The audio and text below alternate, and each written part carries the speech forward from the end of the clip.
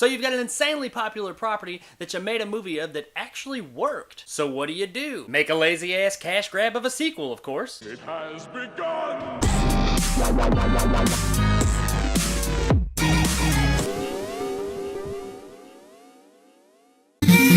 No, it's not even worth that. Mortal Kombat Annihilation is the sequel to the 1995 original Mortal Kombat, which many till this day still say is one of the best, if not the best, video game movie ever made. The first one was a great crowd-pleasing mix of Hollywood and video games that really worked. It was entertaining, fun, and just faithful enough to the source material to please fans. So how about the sequel, Mortal Kombat Annihilation? Well, like I'm sure the vast majority of people out there already know, instead of being called Mortal Kombat Annihilation, it probably should have been named Mortal Kombat Abomination, because that's what this hunk of shit is. A fucking abomination. This movie's real bad. And not in that it's so good it's bad kind of way. No, it's just fucking bad, man. It shits all over everything Mortal Kombat and everything the first movie set up. And it just sucks. Unfortunately, I can't just leave it at that because I'm reviewing this movie, and that means I gotta kind of talk about it. Though that would make my job a lot easier if that's all I had to do in my reviews. Mortal Kombat Annihilation. It sucks. Like and subscribe to help my little channel grow.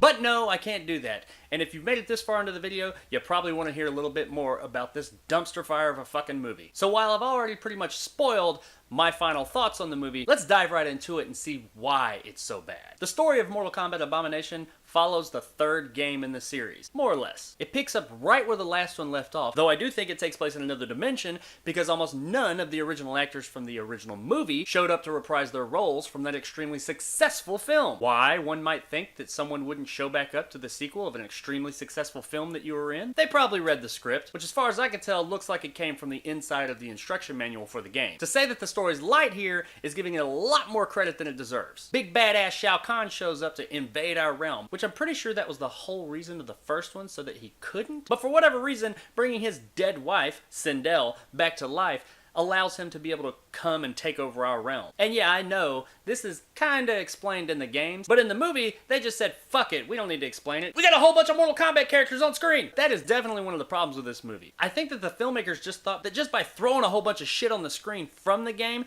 that we just forget that, hey, we're watching a movie and we need a story to move forward. They treat us like we're all kids with ADHD. Shiny! Which, hey, regardless if I have ADHD or not, I don't like being treated that way. Moving on, like I said, just about everybody doesn't show back up for the party. The only actors that did return would be Liu Kang and Katana, played by Robin Shou and Talisa Soto, respectively. And they're totally here for the paycheck. I'm not saying that they were great thespian actors to begin with, but it's real clear from their performances that they left all fucks in the last movie. Shou kinda pretends here and there to be acting, but Soto gives absolutely no shits about this movie. And honestly, I kinda can't blame him. It's fucking bad. The movie story as a whole is just a mess. It's not even convoluted because there's not really enough there to be convoluted. It's just a mess. There just really isn't much of a story. It's pretty much the characters going from scene to scene and fight to fight, just like you would go level to level in a video game. And while I know it's a video game movie, that doesn't mean that it has to be structured exactly like a video game. Characters from the game just show up out of nowhere and disappear just as quick. They shoehorn in a bunch of situations to where we can have some Mortal Kombat characters, which make no sense whatsoever. But hey, like I said earlier, MK characters! So as they're going from level to level, or scene to scene, we as the viewers don't really ever know why. The only time you really know what the character's doing and why they're doing it is when Liu Kang goes on his journey to find his inner animality. More on that in a minute. Through all that, at some point, Raiden, the god of thunder, has to give up his immortality, and we have really no fucking idea why. I mean, really, I think you can find reasoning on some level as to why some of the characters are doing the things they're doing in this movie, but I watched the scene over a couple of times, and I have no fucking clue why Raiden had to give up his immortality. Just all of a sudden, Raiden's mortal. Didn't really change much, because he's still got magic powers and stuff. But he does get a new outfit and a new haircut, so hey, there's that. So then in the end, all the bad guys and all the good guys come together for a climactic showdown.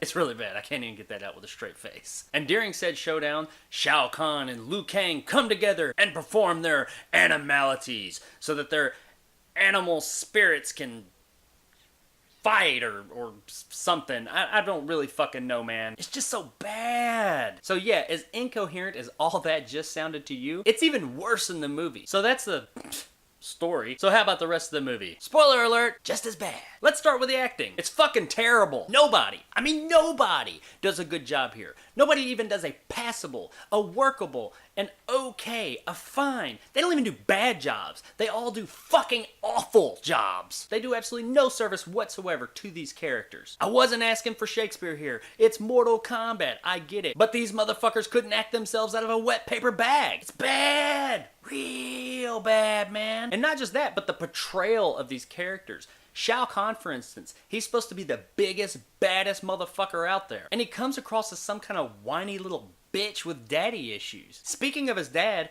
who the hell is this guy? Is it supposed to be Chinook or Shinnok or whatever the hell his name is? Who cares? Is it supposed to be that guy? Because it's not. He's some monk-looking motherfucker who shows up out of nowhere and just puts Shao Kahn in the corner. Nobody puts Shao Kahn in the corner. This guy does. And then there's Jax. Really, every word and line that comes out of this guy's mouth is like cringeworthy. And Jade and Nightwolf. Ooh, the less about them, the better. So story shit, actors suck.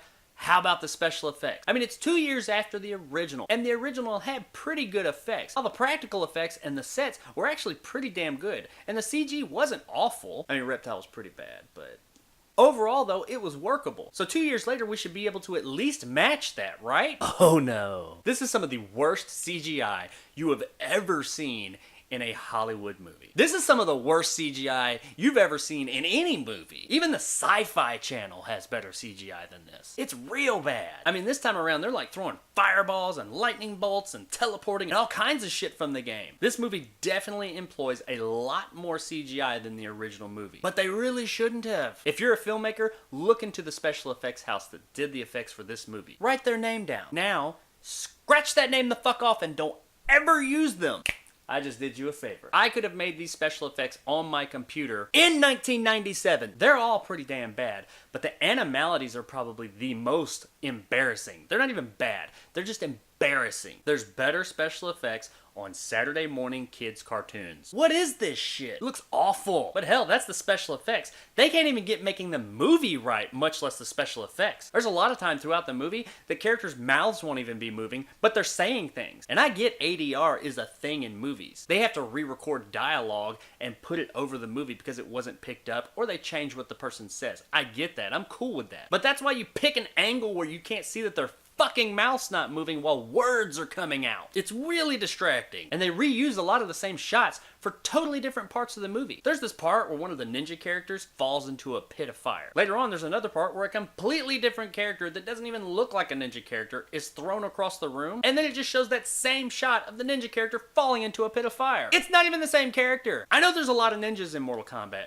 and if it was at least one of the other ninja characters that got thrown across the room, I get it. But it wasn't. It was like Baraka or something. It's a character that looked nothing like a ninja. They do this kind of thing a few times in the movie. And then the fight choreography. It's really bad, man. I'm seeing a theme here. I mean, it's lazy as hell. I don't even know if they had someone choreographing these fights on set. I mean, it seems like they just put two people together and said, hey, just swing and kick at each other a little bit, and we'll film it from some different angles and make it look good in post. You didn't make it look good in post. The punches and the kicks don't come anywhere near their targets. They're not really punching and kicking each other. I get that. But once again, you film it from an angle where you can't tell. In this movie, you can clearly see the big distance between the fist and the face, or the foot and the chest, or whatever's supposed to be connecting. You see these giant gaps of air between that. I've seen better choreographed fights in a 1970s exploitation film. So the movie doesn't even have that going for it. It's based on a fighting game. You could have at least gotten the fighting right. But nope, fuck that. Why would we start now? So amidst all that, there's got to be something in this movie that's good, right? No, there doesn't have to be. But in all fairness, I will say the sets, much like the original, are pretty good. Some of them. They're not nearly the clusterfuck that all the other effects are in the movie. The practical sets, for the most part, are fairly large and look pretty good. It's just unfortunate that they're filled with shit that tarnishes the whole experience. Now, while the sets are good, the costumes, on the other hand, look like they went and got them from Halloween Express. I mean, really, they're terrible. I mean, I could have lived with them reusing the costumes from the first movie. They didn't even do that. They look worse than they did from the first movie. How does something that physically already exists, like a costume, get worse? But whatever, man, I'm tired of trying to figure this movie out. So beyond all that, the only other thing you can really consider a bright spot of this movie would be, once again, the soundtrack. The soundtrack here is actually pretty good. It's not quite as good as the original, but it is still really good. If you like that fast-paced, heart-pounding, mid to late 90s techno music, you'll like this too. And also, the song's back. although now it's in a remix version, which admittedly is pretty badass. Though I won't play it here because this piece of shit of a movie isn't worth the copyright claim. So with all that being said, I'm sure you've guessed it by now, this movie is a fucking dumpster fire. It's not worth your time, your money, your anything. It's not even worth you thinking about. Just forget you ever heard about it. It will do you no good to watch this. If you're a Mortal Kombat fan in the slightest and you saw this movie for absolutely free, you'd be fucking pissed off. So there it is, guys, my review of Mortal Kombat Abomination Annihilation, which is pretty much what this movie did to the prospects of any other Mortal Kombat movie moving forward. If you enjoyed and want more content like this, hit that subscribe button and help my little channel grow. If you liked what I had to say, give me a thumbs up. If not, let me know in the comments below why. And as always, I'll see you guys next time. You will never win. This movie is so bad that I don't even have to come up with something for a funny little outro. I can just show you clips and you can see how fucking terrible it is. I mean, what the fuck is he doing right there? He's beating the shit out of a dragon's ass. Why? What? What's he attached to? I mean, better yet, where the fuck did he come from? Just out of fucking nowhere, Sub-Zero's here. I mean, hey, I guess one good thing the movie gave us was we finally got a Sub-Zero versus Scorpion fight.